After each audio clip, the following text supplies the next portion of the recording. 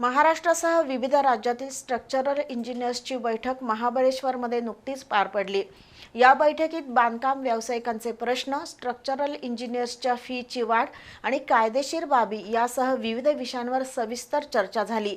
तसंच 4 प्रमुख ठराव करण्यात आले, अशी माहिती इंजिनियर नंदकुमार बने आणि इंजिनियर मंदार आंबेकर यांनी पत्रकार परिषदेत दिली। राज्यासह विविध शहरातील स्ट्रक्चरल इंजिनियर्सचा मेळावा महाबळेश्वरमध्ये नुकताच झाला। त्यामध्ये झालेल्या विविध ठरावांबाबत कोल्हापुरात पत्रकार परिषदेद्वारे माहिती देण्यात आली।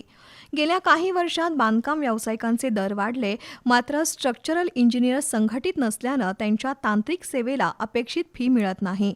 प्रत्येक इमारत मजबूत, टिकाऊ आणि सुरक्षित ठेवण्यासाठी तिचा पाया, तिची उंची याबाबत आपलं कौशल्य पणाला लावणाऱ्या स्ट्रक्चरल इंजिनियर्सना यापुढे योग्य मोबदला मिळावा, अशी अपेक्षा मेळाव्यात व्यक्त झाली।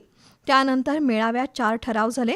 त्यामध्ये कोल्हापूर, सांगलीसारख्या शहरात किमान 10 रुपये प्रति चौरस फूट आणि मोठ्या शहरात 20 रुपये प्रति चौरस फूट याप्रमाणे मानधन मिळावं, इंडस्ट्रियल स्ट्रक्चर आणि विशेष स्ट्रक्चरसाठी जादा रक्कम मिळावी, एकूण स्ट्रक्चरल खर्चाच्या 2% स्ट्रक्चरल डिझाईन फी मिळावी, तर इतर कामांसाठी स्वतंत्र फी मिळावी।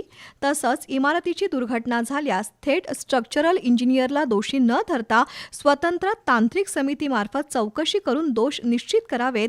तसंच कोणतीही इमारत बांधण्यापूर्वी तिचा विमा उतरवणं नगरपालिकेनं बंधनकारक करावं, असे ठराव केल्याची माहिती इंजिनियर नंदकुमार बने आणि इंजिनियर मंदार आंबेकर यांनी दिली। पत्रकार परिषदेला इंजिनियर रणजित जाधव, स्मितेश शहा उपस्थित होते।